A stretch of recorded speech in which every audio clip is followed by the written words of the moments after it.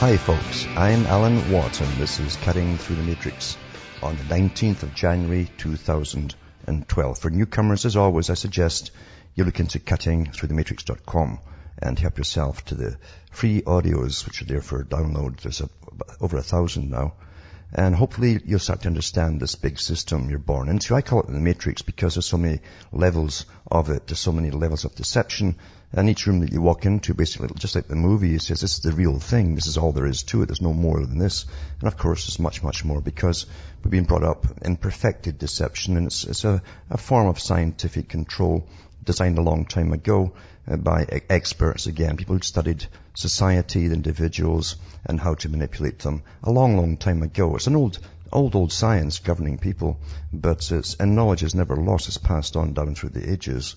So help yourself to the audios and find out how the world is really run and who really runs it too, because it's certainly not the guys that you elect. They're simply there to sign bills and do what they're told. I've recommended the books by Carl Quigley so many times, like Tragedy and Hope and the Anglo-American Establishment.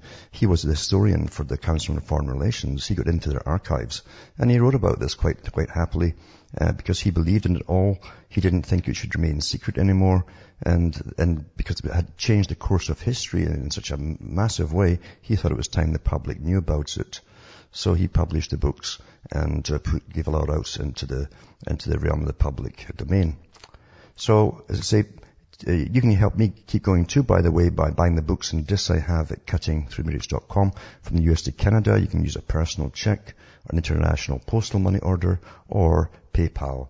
You can send cash as well. And across the world, you've got Western Union, MoneyGram, and again, PayPal to order. Donations are really, really welcome.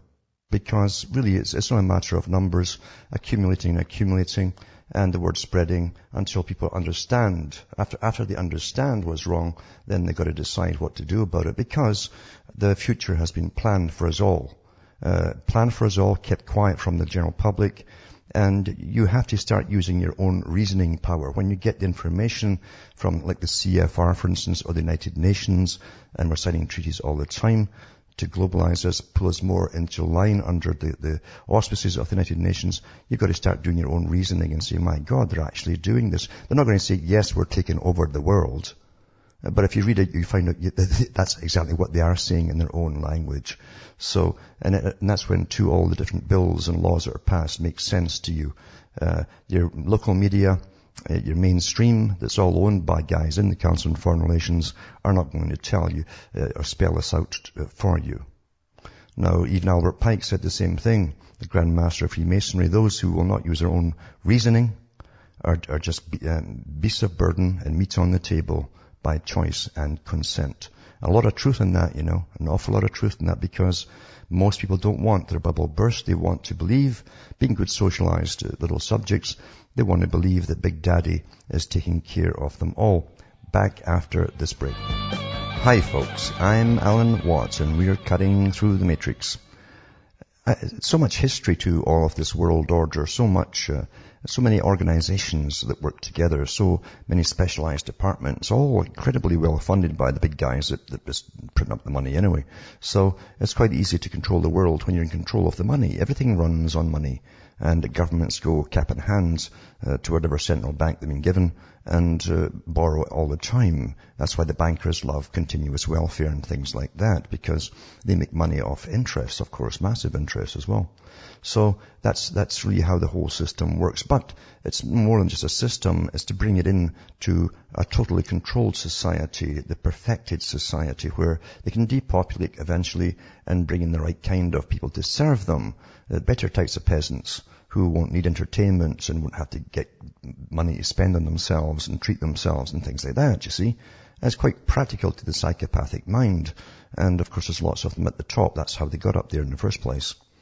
So part of this is eugenics. Big part is eugenics, and I've done quite a lot of talks in the past on the radio to do with eugenics, its history, And of course, it all started really, it didn't start with Darwin. It took off with Darwin. He was put out there just like Freud was put out at the right time to change their views, especially in religion, and to give power in the hands of scientists. That's what Darwin was popped out there for at that time.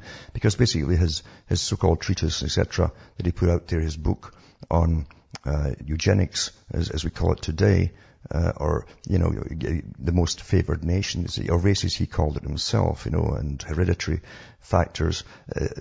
That's an old thing. Even his grandfather was into that. He wrote the same kind of book pretty well and didn't publish it and passed the job on to his grandson.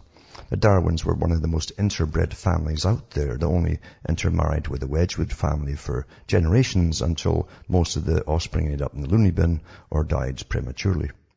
So anyway, doesn't stop them, of course. And they talked about it at that time, hereditary traits. They believed that everyone had a poverty gene in the 1900s and the 20th century. And in the US, went steamrolling ahead, it broke the ground by basically sterilizing what they called the unfit, an idea that was grabbed by Adolf Hitler later on. And he actually pointed out that the US had been doing it for years. And they were doing it right up into the 1970s, I believe, in some of the states there too. And they're talking about doing it again, eh?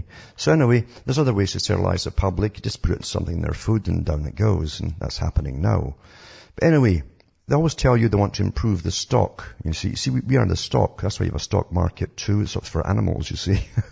And that's why you have bear markets and bull markets, and you never have a human market.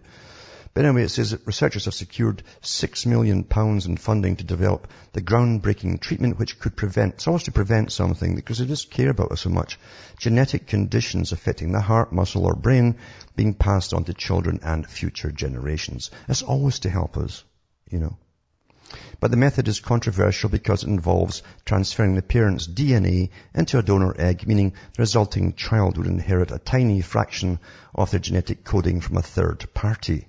This is eugenics coming into, again, the perfecting of the species or the cattle at the bottom. It says, and it's who's doing it? Well, they're getting funded by privates and no doubt government money as well. The Wellcome Trust and Newcastle University. Wellcome Trust came from the Wellcome pharmaceutical industry, and Newcastle University has announced a £5.8 million package for further lab-based research aimed at assessing the safety of the technique. It came as the Department of Health ordered a public consultation whether the technology should be moved from the lab to patients, which will be followed by a Commons debate. That's the parliamentary debate on the ethics of the issue.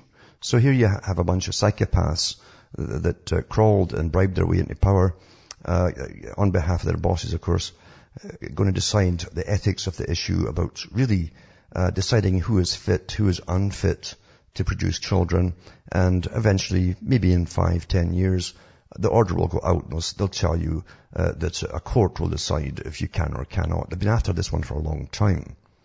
I don't know if you've seen the movie Gattaca, the sci-fi movie of a slightly ahead future, not too far off, where you have another class system comes into it because they call it genetic enhancement. Sounds awfully snobbish and good. Oh, I've been enhanced genetically. And of course, that creates a better class or a more preferred class of employees for top positions. Anyways, as the health sector has the power to lift the regulations, and if both the scientific and political criteria are satisfied, the therapy could be trialed in humans within 2 to 3 years. The research is aimed at tackling diseases passed down through families via mutated mitochondria, structures which supply power to cells. I love the baby talk they give to the commoners. It supply power to cells. It does a lot more than that. It says, although 99.8% of our DNA, including all our visible characteristics, is inherited evenly from our father and mother and stored in the nucleus of cells, a tiny fraction resides in the mitochondria and is passed down only by the mother. Faults in the mitochondria affects about 1 in 200 children in Britain each year, causing severe incurable diseases such as muscular dystrophy or ataxia in about 1 in 6,500 people. And researchers at Newcastle believe they've developed a method which could prevent this particular group of diseases being transmitted and potentially wipe them out within a generation. So Professor Doug Turnbull, who was leading the research, said the important thing is that this has a possibility of stopping the disease completely. Sounds wonderful, like all the things they come out with, like vaccines and stuff, eh? I mean, we have autism skyrocketing. Boom. If this technique proves to be safe as IVF and as effective as preliminary studies show, I think we could totally prevent the transmission of disease and so on and so on. So anyway, 3 parties would be necessary for it, and two mothers basically.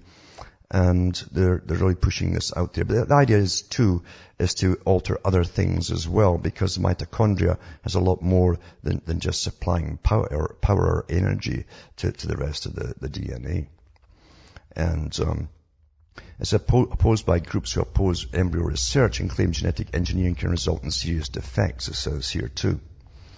And the Society for Protection of Unborn Children described the experiments as macabre and unethical. But why don't they go into the whole plan of eugenics? I don't understand. These groups are out there to protect us. You think they're out there to protect us. Because there's so many books put out by big boys themselves, like Bertrand Russell, who says it'll be the chance to tinker with genes, to supply the right kind of citizenship or citizens for the ruling class will be irresistible. Of course it's irresistible. They want to have you all like little, drooling fools that just work, yes sir, yeah boss, okay boss. That's what they want. So it says anyway, so they're pushing this forward ahead into human trials now, and this will be picked up in other countries very quickly as well. And away they'll go. And whatever they tell the parents, that's all you have to say. Well, your child may, or it may not, come down with Huntington's chorea. And of course that'll terrify them. And once they're in there, believe you me, they're going to do more than just tinker with the mitochondria.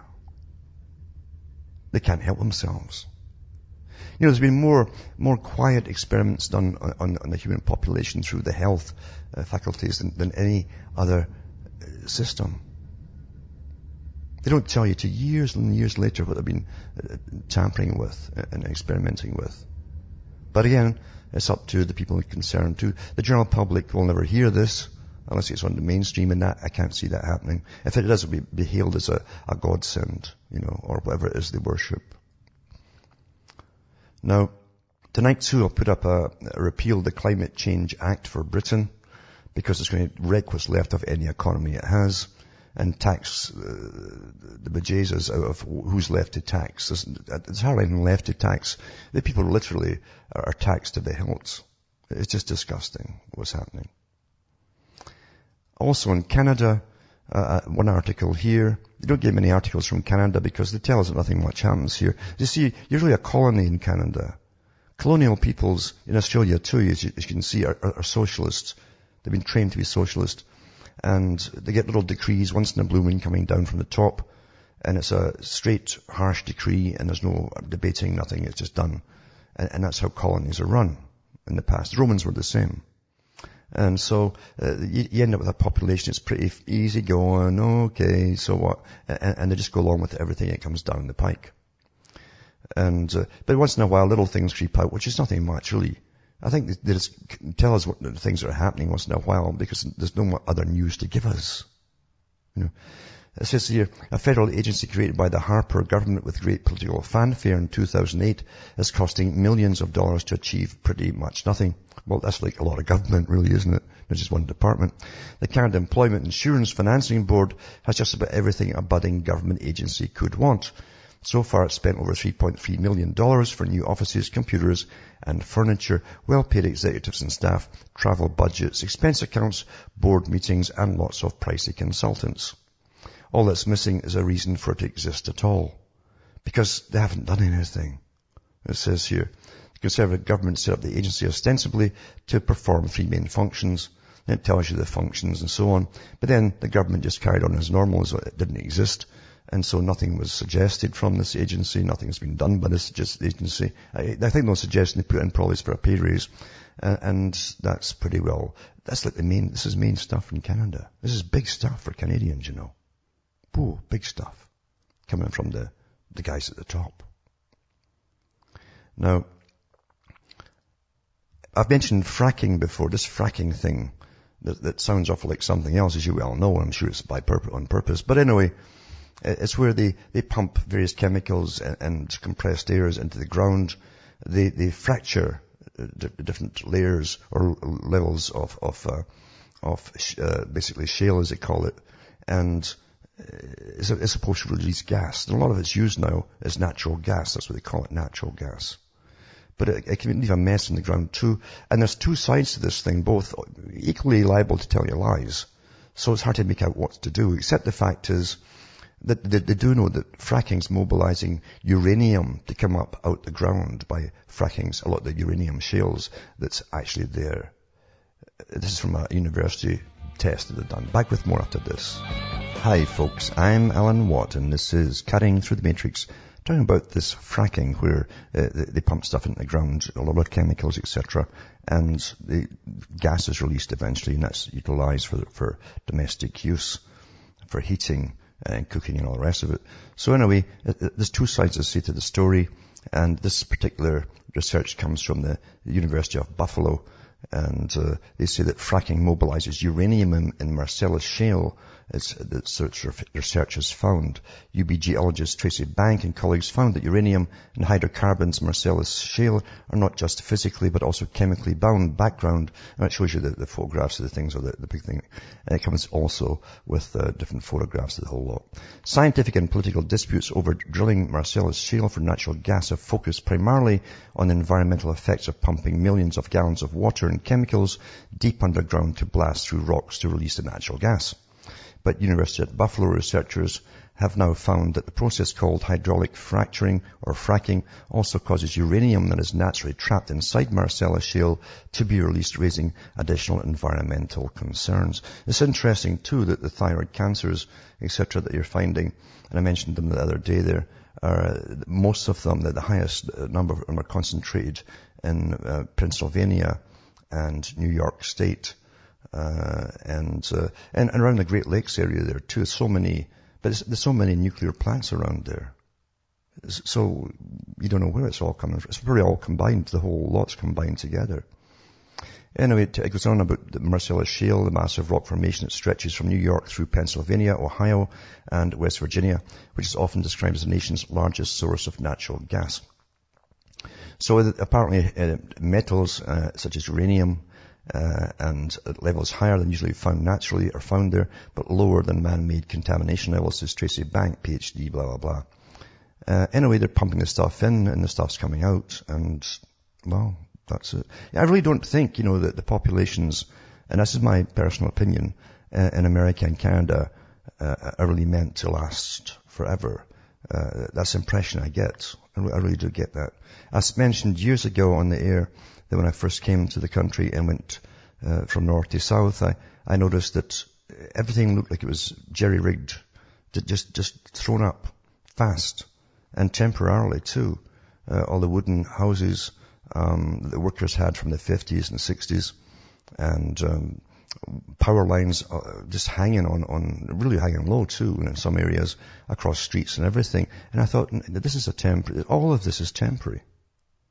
And we know too, the Friends of the Earth and others have said that eventually they want all industry gone from America, from the US, and that it would really help the habitat, etc., etc. They really hate humanity. They really are friends of the dirt, but they don't like people very much at all. And other top people have said the same kind of things. And they can really remove these wooden houses we all live in very quickly and easily, and take down the wires, etc., and return it back. So I really think we've got a job to do, and that's the only reason we're here, actually. Remember these big boys at the top planning centuries? That's what they do, planning centuries. And that's the impression I have. So anyway, we're getting poisoned in hundreds of ways, of course, deliberately, and they all know what they're doing. And so we'll just have to wait and see. So anyway, this fracking business, I know it creates a lot of chemicals too. And of course they've got to try and get rid of those chemicals once they're pumped underground. Where does it go from there? Obviously it goes into the water. One way or another it works this way. Water doesn't just sit there at one level. It goes up and down like a yo-yo with its own internal hydraulic action. Anyway, that's that for fracking. And a bit of how they're going over all the propaganda to do with the wars in the Middle East. And we even had at the beginning of it too. They make the women wear the veil, the burqa, and all this kind of stuff. And here's what happened in Israel. It's kind of funny in some ways. It says clashes erupted on Monday between police and several hundred ultra-Orthodox Jews from a town near Jerusalem who are campaigning for men and women to be segregated, an AFP journalist said. Israeli police had stepped up their patrols in Bet Shemesh, following unrest sparked by discrimination against women imposed by a radical fringe of the town's religious Jews. Several demonstrators were taken in for questioning after police and journalists were roughened up. They actually roughened up the police and insulted by ultra-Orthodox men, telling them to clear off, the journalist said. They're also shouting matches between ultra-Orthodox and secular Jews. Residents of Beit Shemesh, a town of some 80,000 people 30 kilometers west of Jerusalem, showered police and television crews with eggs and also set fire to refuse bins. The majority of the town's residents are religious Jews, amongst them a large and growing ultra-Orthodox community. Police spokesman Mickey Rosenfeld said one policeman was slightly hurt by a thrown stone and had placards and all the rest of it. But the whole thing is to do with women aren't supposed to walk past the synagogues, especially when they're wearing knee-length skirts and stuff. They're not dressed in traditional long dresses, etc. It's not the done thing. It says, other signs posted in an ultra-Orthodox neighborhood instructed women to dress modestly in long sleeves and calf-length skirts. It started off, apparently, a couple of weeks ago when they started spitting at a woman passing and called her a whole bunch of nasty names because she like whore, etc. You know. The Haaretz newspaper said that cameraman from the commercial station Channel 2 was thrown to the ground. It's quite a scuffle, eh? And his sound recorder is grabbed by the throat and attacked by the ultra-Orthodox men. Anyway, it goes on and on about them. They don't even want to be in the same bus together, etc. I mean, this is gender separation. Back with more after this break. Hi, folks. I'm Alan Watt. We're back cutting through the matrix. And after that last article, it's strange too. The world's going crazy, as you well know. And of course, the big boys know this part too, as we all go through troubled financial times, or people are terrified of losing their jobs, and people are terrified of losing their houses, or being kicked out because they can't pay rent or mortgage. Doesn't matter. You're kicked out, you're kicked out. And people are cracking up, and businesses are going under too. This article here shows you too how crazy it gets. It says NYPD charge a Jewish man with anti-Semitic threats. A Manhattan man was arrested today for making anti-Semitic calls to his mother and other elderly women, and he's also suspected of scrawling hate symbols in a heavily Orthodox Brooklyn neighborhood. That's not a clever thing to do. It says David Haddad of Chelsea allegedly snarled all Jews should die and go to hell when he called his 80-year-old mother on December, etc., blah, blah. Anyway, he went on a rant phoning a lot of old ladies, and it's something to do with his business anyway. I don't know if it was going under or what. But he went off in this mission of craziness, and you don't know who is who anymore, do you? You don't know who's doing what. This shows you how confused you can certainly get. It just doesn't make any sense. In Canada too, by the way, if you think organized crime is just a little thing, you have to think again. And how really is a symbiotic relationship between organized crime and government itself. I mean, this article here is about an ex-cop alleged to be mafia and informant kills himself. And this isn't just a little informant. This is a man identified by Radio Canada as Ian Davidson, was a 33-year member of the Montreal Police before his retirement last year. This is a retired Montreal police officer who allegedly tried to sell the names of informants to the mafia. They call it the mafia here, but it's not the mafia you think. Appears to have taken his own life. The officer was a 33-year-old veteran of the Montreal police prior to his retirement. And he was a Detective Sergeant Ian Davidson, it's called. And his body was found in Laval, Quebec, hotel room Wednesday morning. Whether he was suicided or he killed himself, we'll never know. But it says here, the police would only say that they were investigating the death at a hotel in the service road off Highway 15. But it says, it's a story that's interesting because basically he was giving this mafia, as I like to call it there, about 2,000 names of informants who are working obviously for the cops. 2,000 in Montreal alone. Remember I said years ago, before they brought on the internet, you'd be surprised at the thousands of people placed in your communities to spy on everyone. You see? They put them in your streets, and they're retired people. A lot of them are retired civil servants with backgrounds that are make-believe and just for the public. And they learn their lines. I was a bricklayer and things like that. And they collect all the data on every single individual, but they also report back to government on crime, organized crime, anything at all. So anyway, this guy was going to give them. I mean, this guy knew. He must have known he was kaput. 2,000 names, According to information obtained by Radio Canada, the officer allegedly tried to sell a list of 2,000 informants to the mafia for a six-figure sum. Amazing. That's just one city. And that's what I did a whole broadcast once on the British system and how many they had employed in London alone. Full time, just to listen, going to bars and restaurants and just listen to everybody, and find out everybody in their little area immediately around them. And you think you've been living in free countries? You've never been living in free countries. Never. Never ever. Now, I'll go to the callers now, and I'll try to get up the screen here. It takes a second. And we've got Alex from Victoria on the line there. Are you there, Alex? Hi, Alan. Yes. How are you? Oh, I'm hanging. I got a foot of snow today. Yeah, we got a ton out here, too. We tried to film the weather systems before they made it fall. It was like a lot of metal oxide in the sky and other things, plasma, etc. Yep, the usual. Down came more snow than I've ever seen here. Well, it certainly was. It certainly dumped itself here too. Yep.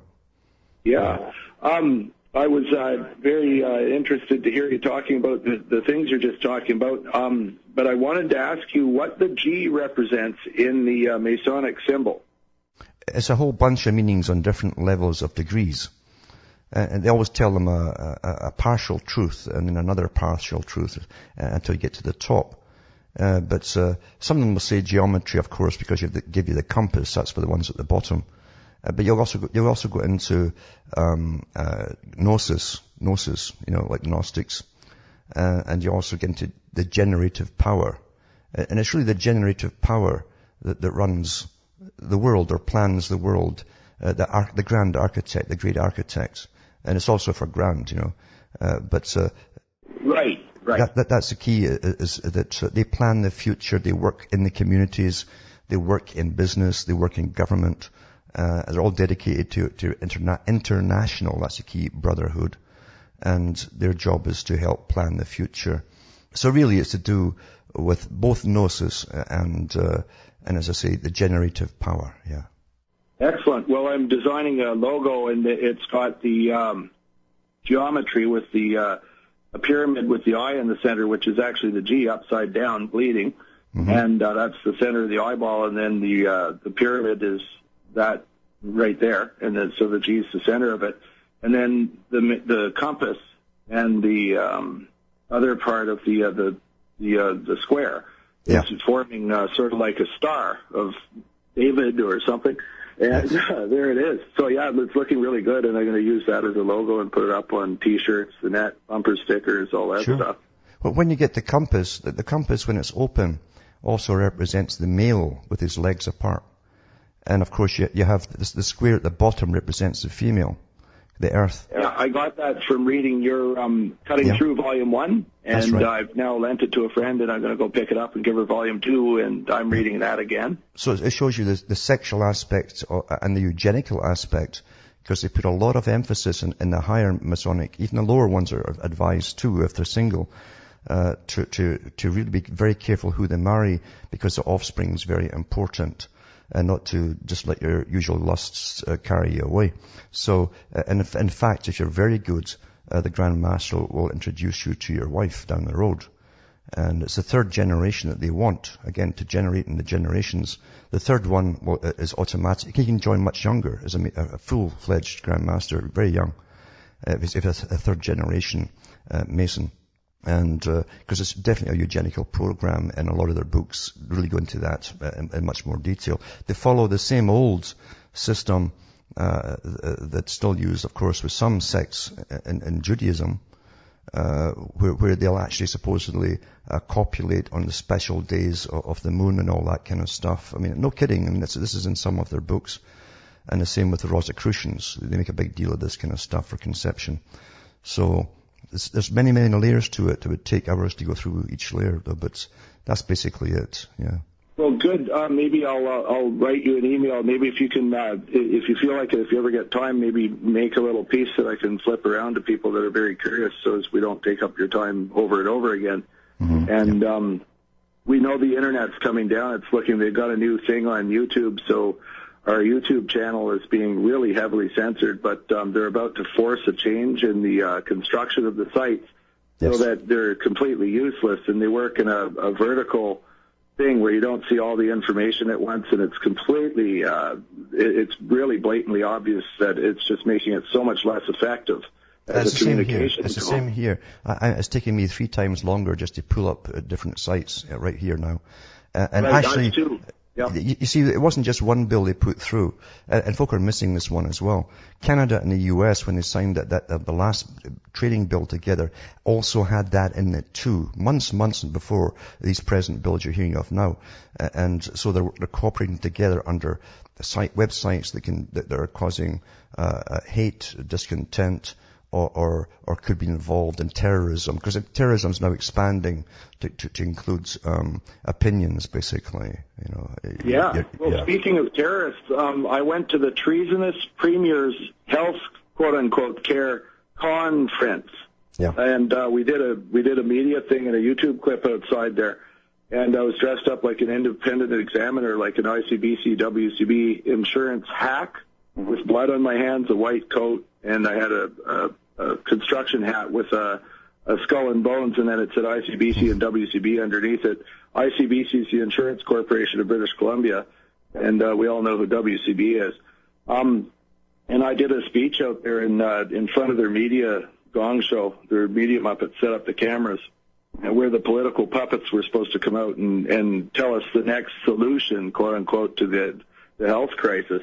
Yeah. And we had about 30 people there, and I was standing there, and we blocked the camera and the shot of the Victoria Harbor and told the truth while they all sat in there lying and stuff. I came back and tried to post that to YouTube.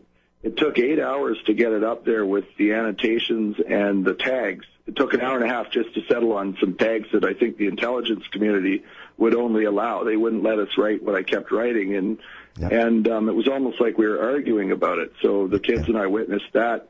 And during that entire 8-hour period of time, Aiden's heart was squeezed right up, just like he was having a heart attack almost. It was just dreadful. Sure. Well, that last bill they passed with the pact between Canada and the U.S. allows the U.S. military, and I get the hits all the time, I've been having them for years from Fort Meade and different places. It comes up on my firewall, you see. But it allows them now to go after Canadians as well.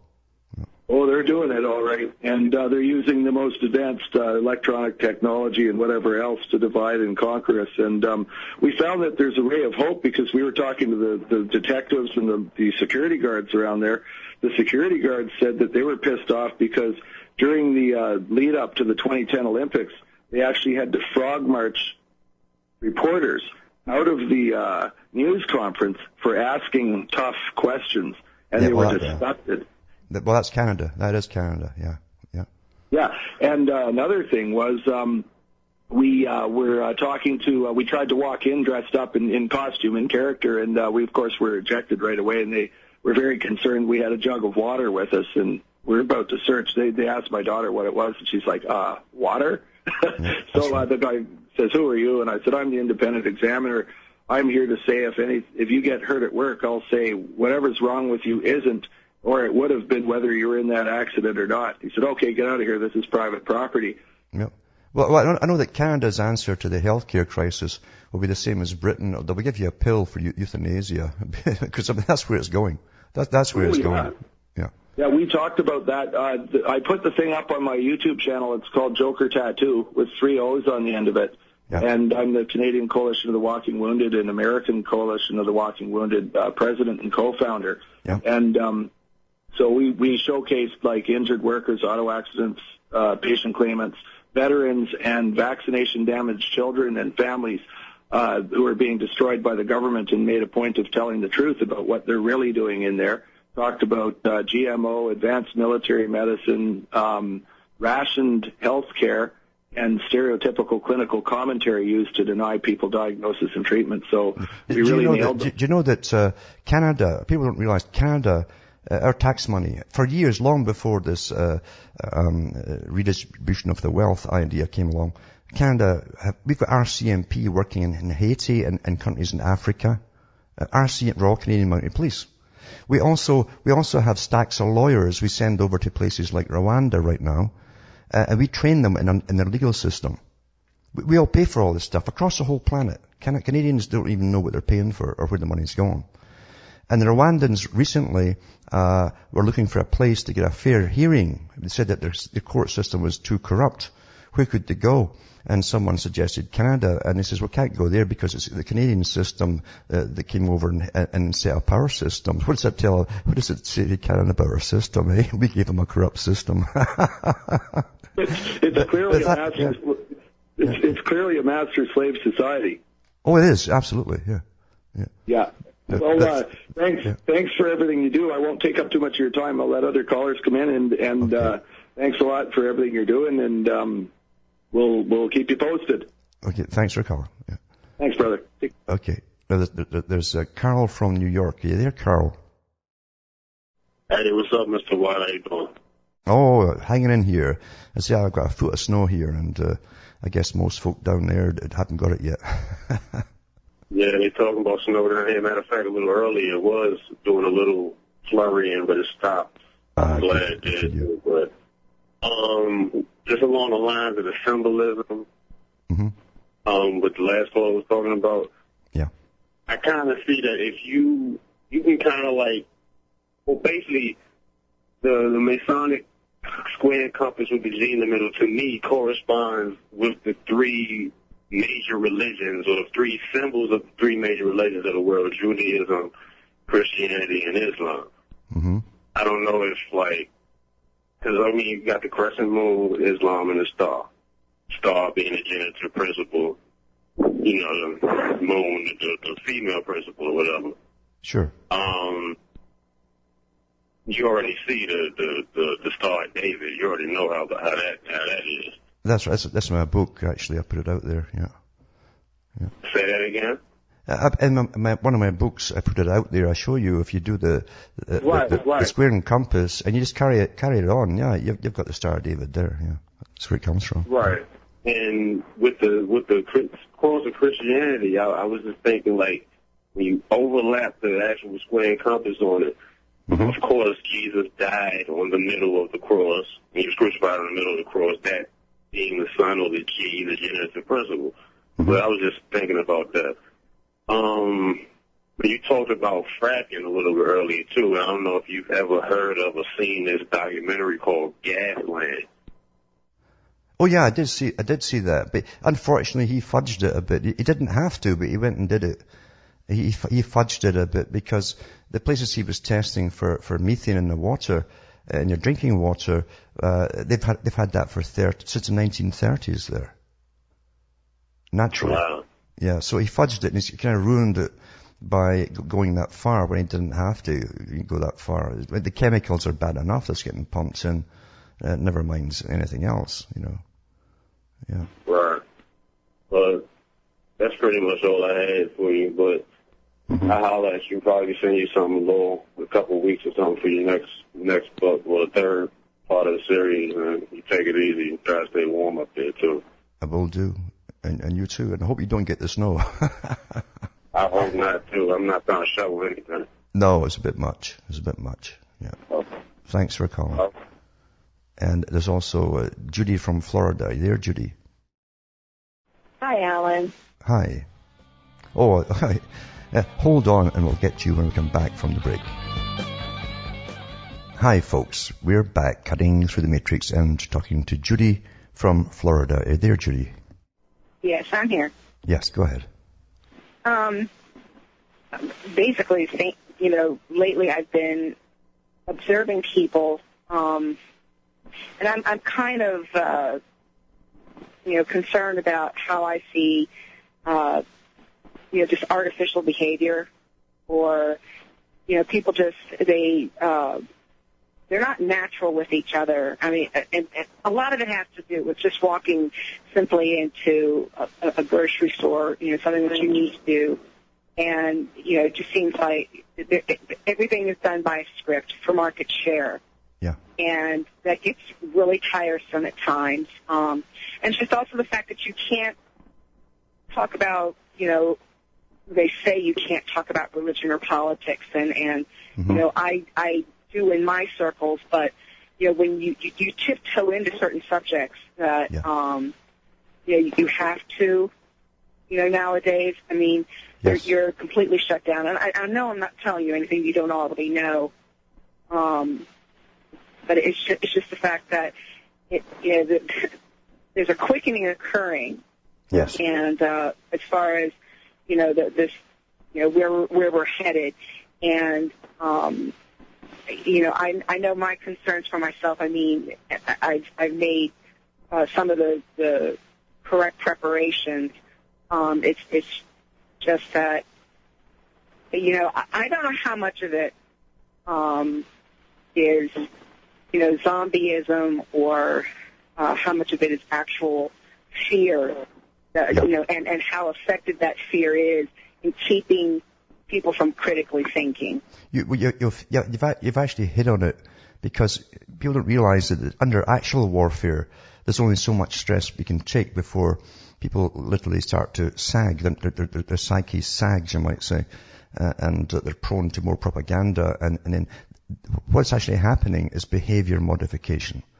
Now, there's so many sites out there. I've got some up here. I didn't have time to read them tonight, but it's from United Nations again, and from organizations affiliated with the United Nations to do with behavior modification for a healthy population, they call it, across the world.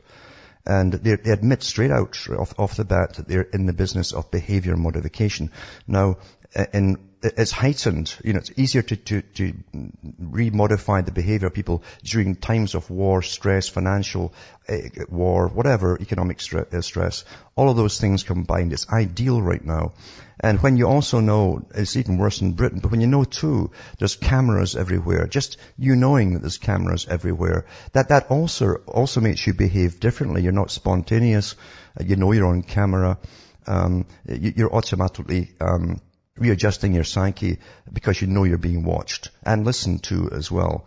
But you're quite right. And then it filters into, as you say, friends or people around you where there's certain topics you don't go. That's where angels fear to tread, as they say, because people are now scared if it comes up, and as though they've committed a crime by even hearing you talk about something, which is crazy, because every topic should be discussed. If you can't discuss any topic, you don't have freedom at all. There's something wrong there. And you're under a form of tyranny. Yeah. Mm-hmm. Yeah, and it's, terrifying in that, right now, I mean, in the UK, I've heard talk about, essentially people have, they regret the fact they've had to give up their guns, whether they were for sport or for protection. Yep. And, so they've got this subdued society. Yep. There's no more time for us to talk. I can hear the music now. But you're quite right. So all they have left now is the food to keep them going, and that'll be rationed too. That's the next stick that's coming along. But thanks for calling. You're quite right.